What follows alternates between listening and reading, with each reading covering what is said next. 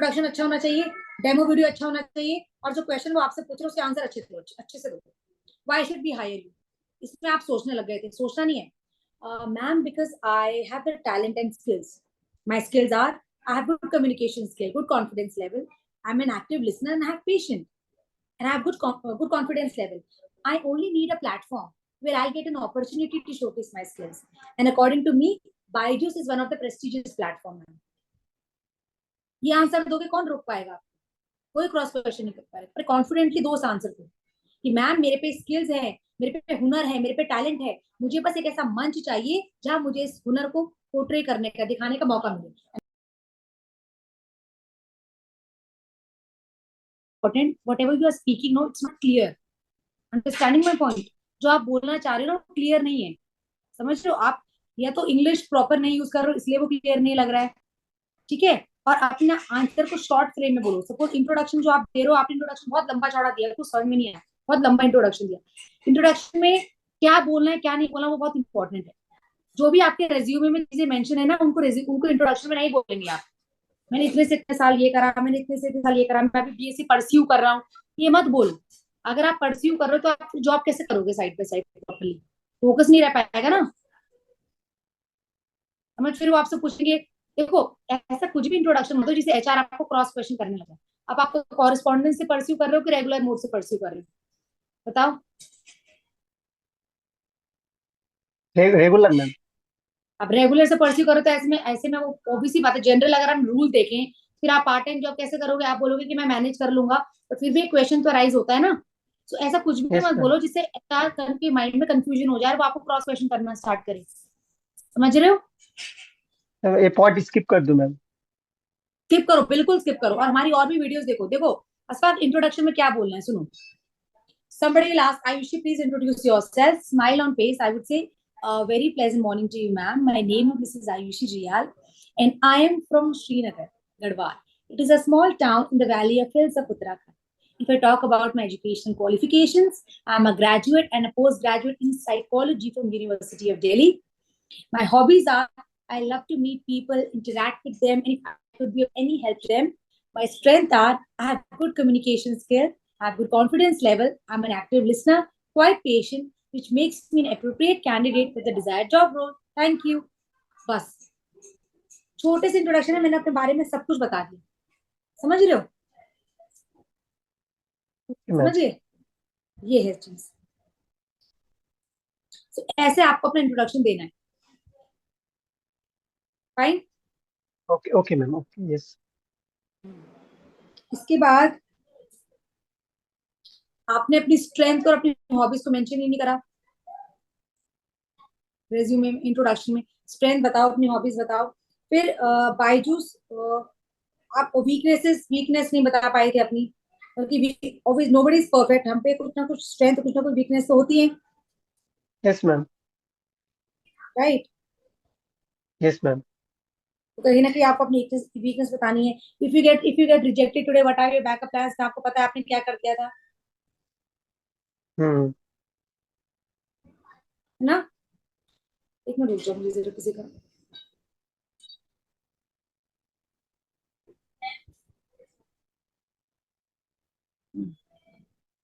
If you get rejected today, what are your backup plans? देखो, आपकी general knowledge, Byju's की knowledge अच्छी है, टीचिंग आप कर रहे हो, आपको आंसर आपने अच्छे से दिए, पर जो नॉर्मल बेसिक क्वेश्चन आपसे पूछ रहे हैं उस पर आप अटक जा रहे हो. सिनेरियो बेस्ड क्वेश्चन जो आपको दे रहे हैं. If you get rejected today, what are backup plans? Ma'am, I will focus on my weakness, I will focus on the reason why I got rejected, I will work on them and reapply Byju's. Simple. फिर demo. जब आपने demo video, आप bio explain कर रहे हो, bio में सारा practical है. समझ रहे हो? आप वर्बली एक्सप्लेन नहीं कर सकते. पहली बात तो इंटरेस्ट कैसे मेंटेन रहेगा बच्चों का? जब मैंने आपको बोला डेमो एक्सप्लेन करो, सबसे पहले आपने स्टार्ट कर दिया. पहले करोगे rapport formation. Now what is rapport formation?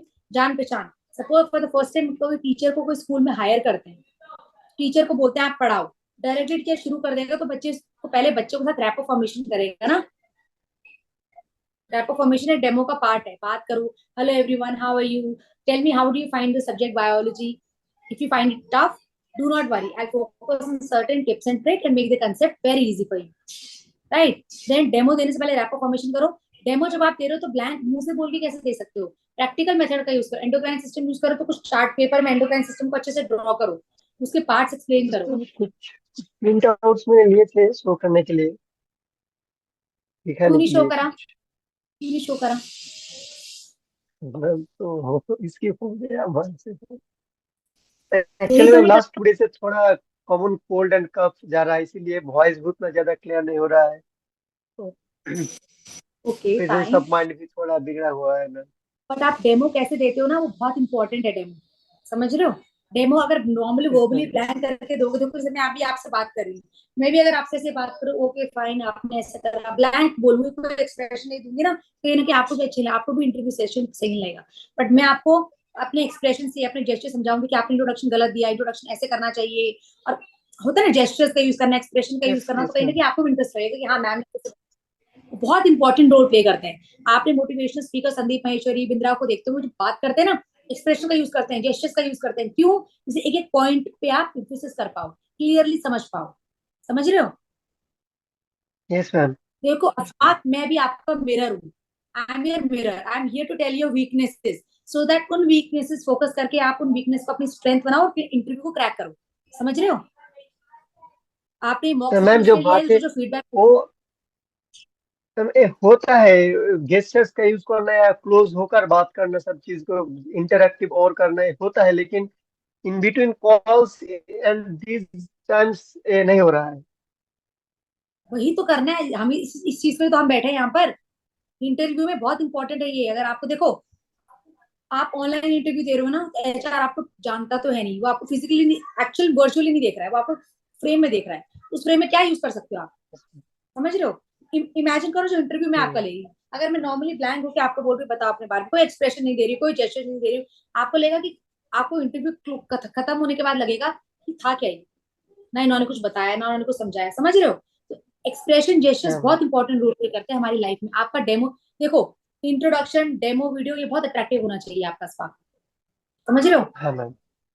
Introduction में बहुत वर्क हार्ड करने की जरूरत है। अभी मैं आई वुड सजेस्ट यू, अभी एक और इंटरव्यू, एक और डेमो सेशन बुक करके जो जो वीकनेसेस मैं फोकस कर रही हूँ, पहले उस पर फोकस करो आप। जो जो मैंने बताया उस पर फोकस करके अपने आप को उस लेवल पे लाओ, तब मैं आपको शेयर करूंगी कि आप इंटरव्यू के लिए प्रिपेयर्ड हो कि नहीं। समझिए, अभी बहुत मेहनत करनी बाकी है।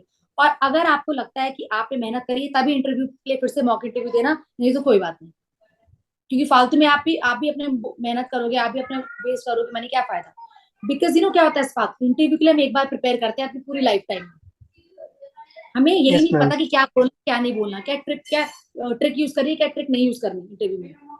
फिर हम रिजेक्टेड होते रहते हैं बार बार, हमें समझ में नहीं आता कि क्यों रिजेक्ट हो रहे हैं, क्या रीजन है। समझ रहे हो? एक यस बार मैम। मेहनत कर लो, और उस अभी तो आप लाइफ स्टार्ट हो गया, अभी तो आप यंग हो बहुत। एक बार इंटरव्यू के लिए प्रिपेयर अच्छे से हो जाओ, उसके बाद जिंदगी में तो अभी बहुत इंटरव्यूज देने हैं। समझ रहे हो? Yes ma'am. कोई भी कंपनी चाहती है ना कि बेस्ट कैंडिडेट चूज करके लाना, तो उनको जिनसे मुनाफा हो, जिनसे फायदा हो कंपनी को। ठीक है? बेस्ट मतलब पढ़ाई में ही नहीं होगा बेस्ट, हर चीज में बेस्ट होना हम्म। चाहिए। समझ रहे हो? और दूसरा आप क्या कह रहे थे? प्रैक्टिकल मेथड का यूज करोगे इंटरव्यू में। जो आपने अभी प्रिंट आउट निकाला है, वो भी हल्को भी दिखेगा नहीं। प्रिंट आउट और बड़े निकालो, बड़े फ्रेम में निकालो। मैं तो कहती हूँ चार्ट पेपर में, बड़े से चार्ट पेपर में एंडोक्राइन सिस्टम ड्रॉ करके एक्सप्लेन करो फिर उसको, वो बेटर होगा। पहले से क्रिएटिव क्रिएटिव टूल्स का यूज करना है। समझ रहे हो? Yes ma'am. इंट्रोडक्शन को, डेमो को बहुत क्रिएटिव बनाओ, बहुत वर्क करो उस पे।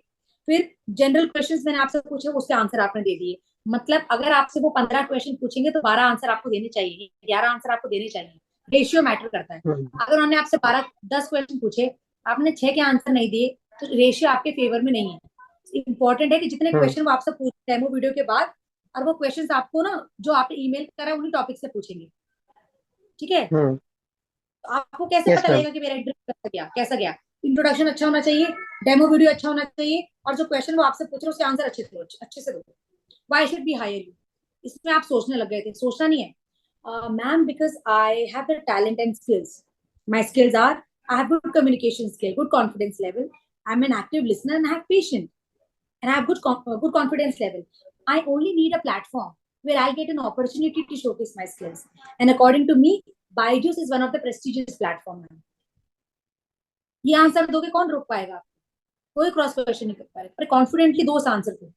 कि मैम मेरे पे स्किल्स है, मेरे पे हुनर है, मेरे पे टैलेंट है, मुझे बस एक ऐसा मंच चाहिए जहां मुझे इस हुनर को पोर्ट्रे करने का, दिखाने का मौका मिले। एंड बायजूस एक ऐसा प्लेटफॉर्म है। ऐसा आंसर दोगे ना, कोई क्रॉस क्वेश्चन भी नहीं करेगा, आपको पता है। Yes ma'am.